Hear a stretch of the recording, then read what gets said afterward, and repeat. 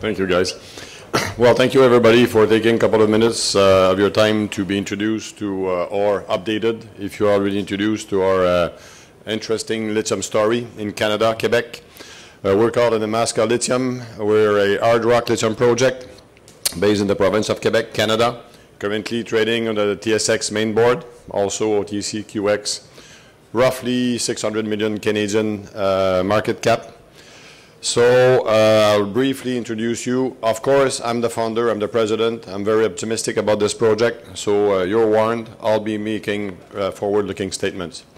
So rapidly go on this chart here, now the map of the Quebec, the province of Quebec in Canada, Eastern Canada, to show a couple of things. First, we're in Quebec. We're going to be a vertically integrated lithium project. So from the mine to the end product. And it's important that you realize, looking on this map, how we do compare. And you'll see in the following slides on the cost curve where we do fit. But that explains a lot. Currently, about 55% of the world's supply of lithium salts comes from China. Spodumene concentrate imported from Australia, from third parties, converted in China.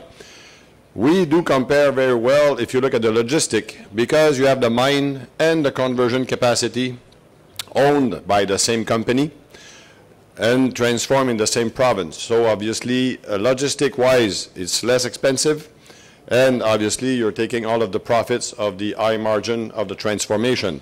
So if you do a comparison with the actual chain of supply of the lithium sector, the Nemaska mine, about 850 kilometers north of Quebec and north of its conversion plant in Shawinigan, would represent Western Australia, south of Western Australia. Chibougamau, where we will be trucking about 300 kilometers south, represents the port of Perth. And Shawinigan, where our conversion facility is about 500 kilometers south of Chibougamau, represents roughly the Sichuan province, 1,500 kilometers inland China. So you really see in that picture the difference in the logistic issues. Currently, we have a feasibility study update that has been released early January. February 9 is going to be filed on CDAR, the old 43-101 report. We currently have a 33-year mine life to produce roughly 33,000 ton lithium carbonate equivalent comprised of both carbonate and hydroxide. We can produce up to 37,000 ton of hydroxide, or if we decide to produce a little carbonate, up to 16,000 ton of carbonate, the balance being in hydroxide. So very flexible, very interesting approach that is going to put us on the very low quartile of the cost curve. I'll show you a couple of pictures here, a small video, 2 minutes, where we are at currently the construction phase. This was shot this fall, late or early November. During the course of 2017, Nemaska Lithium has been very active in the development of its Wabushi project. At the mine, we've completed a 23,000 ton bulk sample to confirm the head grade of the mine. We've been producing over 1,000 ton of 6.25% lithium oxide concentrate, which is above the 6% world standard. So we're very satisfied with this. We're also continuing the site preparation by additional crushing and aggregates preparation to be able to install the crusher and ore sorting buildings that are required to complete the equipment installation at the mine. We have completed also the construction of the shell of the concentrator. We also have given to Hydro-Québec a contract to build a 13-kilometer hydroelectric transport line, as well as the roads to the deposit and to the other infrastructures. We have completed the installation of our administrative offices, where the lab is also going to be located, and we're looking forward to put this thing in commissioning and operation by the second half of 2018.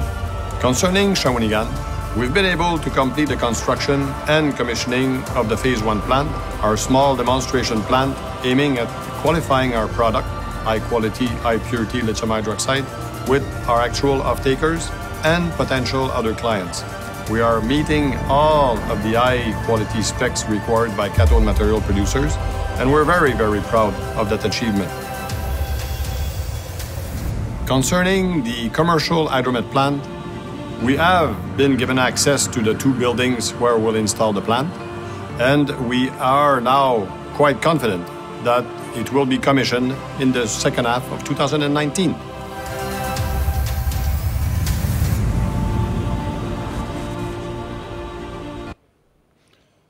So in the last year, since July of 2016 up to June of 2017, we have raised about $120 million Canadian to be able to start all of the commercial site construction. We have advanced a lot on the detail engineering. As you've seen at the mine site, we have started a lot of work.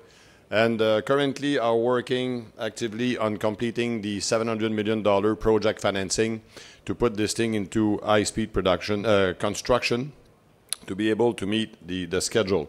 You see here, I like to show this picture because it gives you a good idea of the buildings we were able to acquire for $2 million Canadian with water access, natural gas access, rail access, electricity directly hooked to the dam.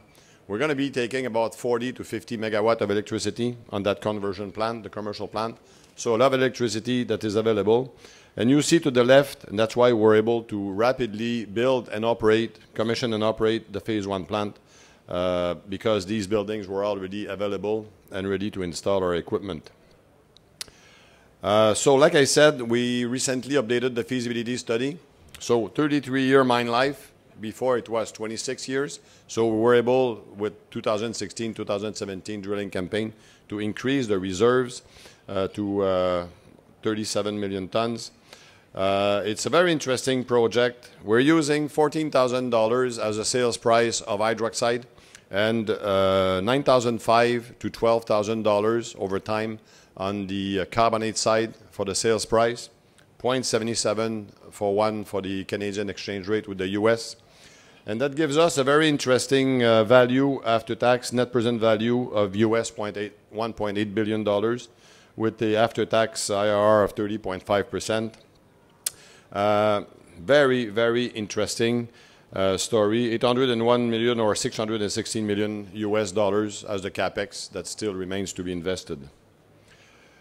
Now, the interest of our project and why you should be interested if you want to be exposed to lithium, there's not a lot of opportunities. You obviously won't go in the majors that have a diversified portfolio of chemical products.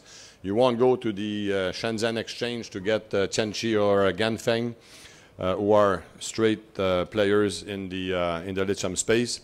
So there's very, very little names that can expose you directly to this.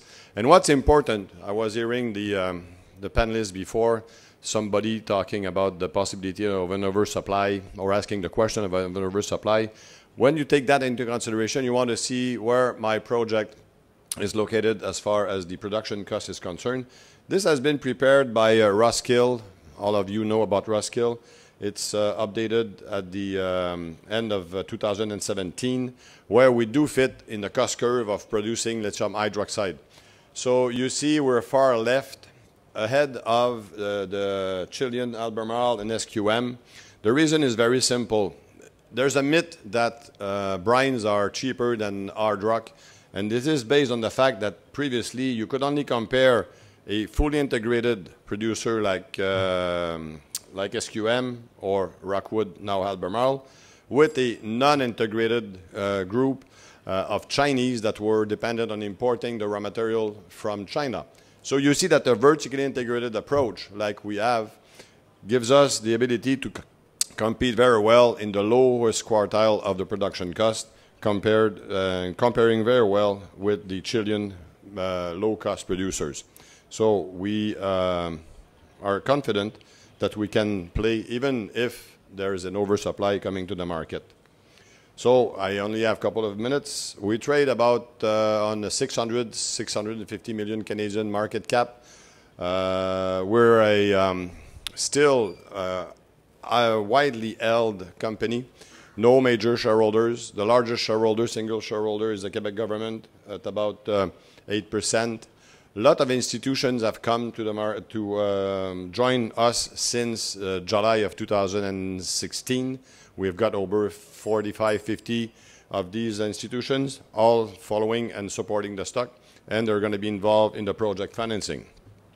So if you want to be more informed about this, please stop by D2 or go on the website. All of the information is available there. Thank you very much.